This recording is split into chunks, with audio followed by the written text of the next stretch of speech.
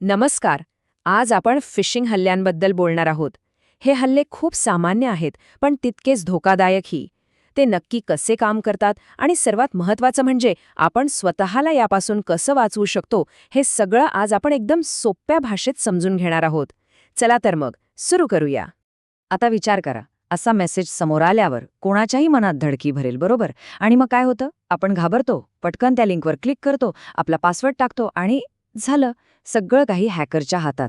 म्हणजे बघा, हा धोका किती वैयक्तिक आणि किती जवळचा असू शकतो. तर आपण आत्ता जे उदाहरण पाहिलं, त्या धोक्याला सायबरच्या जगात एक विशिष्ट नाव आहे. चला, आता आपण त्याचीच औपचारिक ओळख करून घेऊया.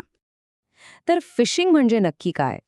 हे फक्त कॉम्प्युटरवरचा हल्ला नाही आहे, तर हा थेट मानवी मेंदूवरचा हल्ला आहे असं म्हणायला हरकत नाही. यामध्ये हल्लेखोर काय करतात, तर ते आपल्या विश्वासाचा गैरफायदा घेतात. ते एखादी मोठी बँक, कंपनी किंवा सरकारी संस्था असल्याचं भासवून आपल्याला फसवण्याचा प्रयत्न करतात. पण या हल्लेखोरांना आपल्याकडून हवं तरी काय असतं? सोपं आहे. त्यांना आपले पासवर्ड्स, क्रेडिट कार्ड नंबर, आपल्या फोनवर येणारे ते महत्त्वाचे OTP कोड आणि आपली सगळी वैयक्तिक माहिती हवी असते. ह्या माहितीचा वापर ते आपल्याच विरोधात करू शकतात. चला, आता आपण हे बघूया की फिशिंगसाठी नक्की कोणत्या पद्धती आणि कोणत्या युक्त्या वापरल्या जातात. एकदा का या पद्धती आपल्याला समजल्या की त्यांना ओळखणं खूप सोपं होऊन जाईल. यातली सगळ्यात सामान्य पद्धत आहे बनावट ईमेल. समजा बँकेकडून किंवा नेटफ्लिक्सकडून आल्यासारखा एक ईमेल येतो. त्यात अगदी खराखुरा लोगो असतो, भाषाही एकदम व्यावसायिक असते, पण त्यात एक लिंक असते. आणि ती लिंकच आपल्याला एका बनावट वेबसाईटवर घेऊन जाणारा सापळा असतो. OTP स्कॅम तर आणखी हुशारीने केला जातो. यात स्कॅमर थेट फोन करतो आणि घाबरवतो. तो म्हणतो, अहो तुमच्या खात्यात काहीतरी गडबड झालीये, आम्हाला तुमची ओळख पटवण्यासाठी फोनवर आलेला OTP सांगा. पण तो OTP म्हणजे आपल्या खात्यात प्रवेश करण्याची चावीच असते, जी आपण स्वतःच चोराच्या हातात देत असतो. आणि हॅकर्सची एक सगळ्यात धोकादायक पद्धत म्हणजे बनावट लॉग इन पेज. ते काय करतात? Google, Facebook किंवा आपल्या बँकच्या लॉग इन पेजशी अगदी हुबेहूब नक्कल तयार करतात. रंग, डिझाईन, लोगो सगळं काही इतकं खरं वाटतं की यातला फरक ओळखणं जवळजवळ अशक्यच होऊन बसतं. मग ह्या दोन्हीमध्ये नेमका फरक काय आहे? खरा फरक एकाच गोष्टीत आहे आणि तो खूप मोठा आहे. जेव्हा आपण खऱ्या पेजवर माहिती टाकतो, तेव्हा ती पूर्णपणे सुरक्षित असते. पण जर आपण चुकून बनावट पेजवर माहिती टाकली, तर ती सरळ, थेट त्या हल्लेखोराकडे जाते आणि इथेच तर सगळा धोका आहे. तुम्हाला माहिती आहे, हे फिशिंग हल्ले यशस्वी का होतात? कारण ते तंत्रज्ञानापेक्षा जास्त आपल्या मानवी भावनांचा गैरफायदा घेतात. चला बघूया हे नेमकं कसं घडतं. पहिली युक्ती, तात्काळ गरज निर्माण करणे. तुमचं खातं 10 मिनिटात बंद होईल असे मेसेज येतात. हे आपल्याला विचार करायला वेळच देत नाहीत. आपण घाबरतो आणि काहीही विचार न करता लगेच त्यांच्या सांगण्याप्रमाणे करतो. दुसरी युक्ती आहे भीती घालणी.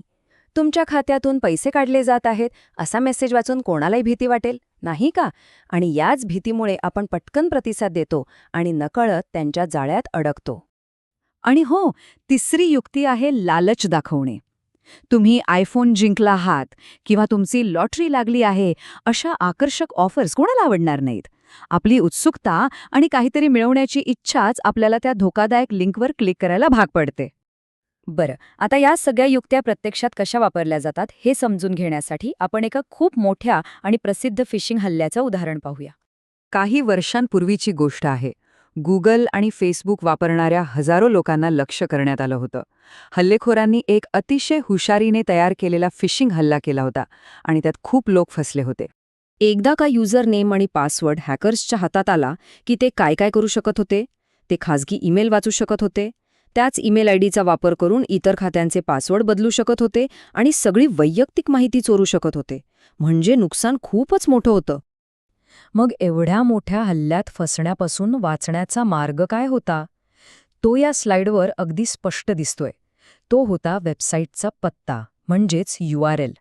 खऱ्या गुगलचा पत्ता आहे accounts.google.com, पण बनावट पत्ता होता accounts-google-security.com. बघा, हा एक छोटासा फरक, पण तोच सर्वात मोठा पुरावा होता. आतापर्यंत आपण धोका काय आहे ते पाहिलं. पण आता सगळ्यात महत्त्वाचा भाग, यापासून स्वतःचा बचाव कसा करायचा चला तर मग आपली डिजिटल संरक्षण ढाल कशी बनवायची ते पाहूया. ही काही सोपी पथ्ये आहेत जी नेहमी लक्षात ठेवायला हवी. पहिलं म्हणजे कोणत्याही वेबसाईटवर लॉग इन करण्याआधी तिचा URL म्हणजे पत्ता दोनदा तपासा. दुसरं, फोनवर कोणीही काहीही झालं तरी OTP शेअर करायचा नाही.